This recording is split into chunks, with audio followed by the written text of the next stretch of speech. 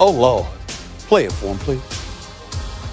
To me, you don't ever want to disrespect those players and their effort and disrespect the game.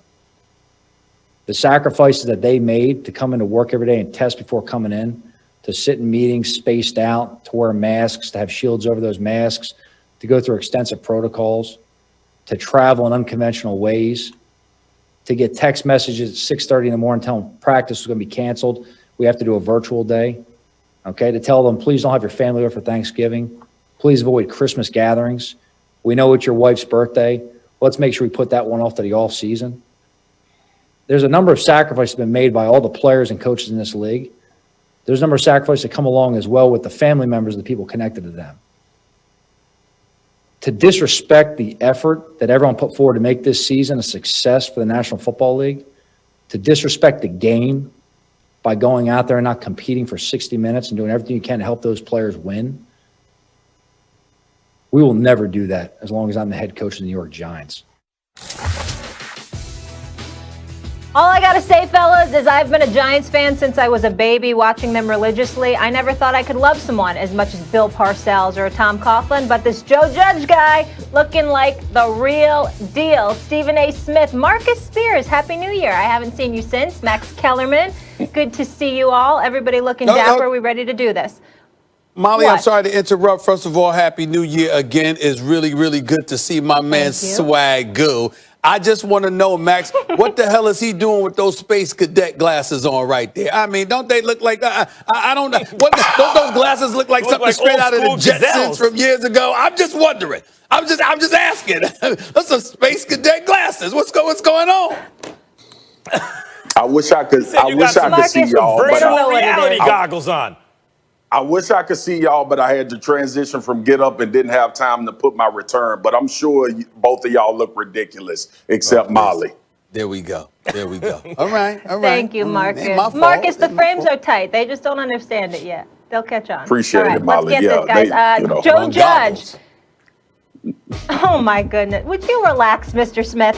Joe Judge slamming Doug Peterson and the Eagles for essentially tanking the game versus Washington to get a better draft pick, referring to this as disrespecting the game. Max, this is serious. How do you think Judge's comments make the Eagles look? Molly, there's a reason that you said love someone like love a coach the way I love Bill Parcells. Right? There's a reason you mentioned Coughlin. The Giants have had a lot of good coaches, but you picked those two because they're Super Bowl champions. Let me ask you guys something. If you hear what Joe Judge said, really about Doug Peterson, right? He doesn't have to drop his name. We know what he's talking about. Who would you say is the rookie head coach and who was the Super Bowl champion? I can't remember a time in my life that maybe it's happened, but I couldn't recall any thinking about this question for the show today.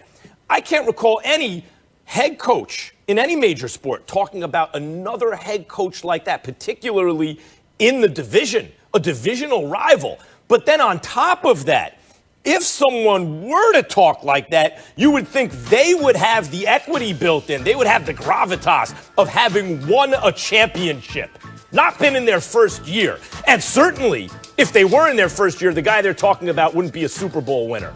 But in fact, what this demonstrates, when a rookie head coach can talk about a Super Bowl winner like that in the division, and the whole world is like, that's exactly right. What that means is it's time for the Super Bowl champion coach to go, and the GM. And I've been saying this for quite a while now. After the whole Carson Wentz debacle, this is the final straw. But even had nothing occurred before this, this would be enough to strongly consider it. Guys, the reporting is the coaches and the players were stunned by the move. The Eagles, coaches and players, let alone the rest of the world watching that game, stunned by the move. If that head coach and that GM are still in place in the beginning of next season, how are you going to keep that locker room? Who's going to play for them?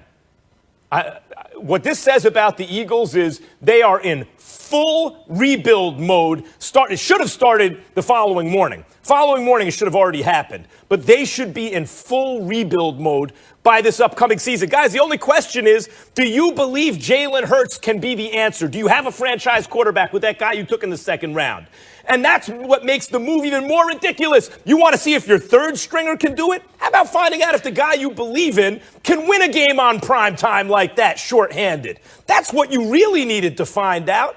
So, yeah, maybe they have their quarterback in Jalen Hurts. Maybe they believe they do. Maybe they actually do. But from the top down, they got to rebuild this thing. Oh, shut up. I mean, please. I just asked the Max to go get me some tissue, okay? I mean, let me just wipe my eyes right now with that soliloquy. First Joe Judge, and then you just sit up there and blow your. I'll just stop it, okay? This is much ado, but I'm annoyed right now, and here's the reason why.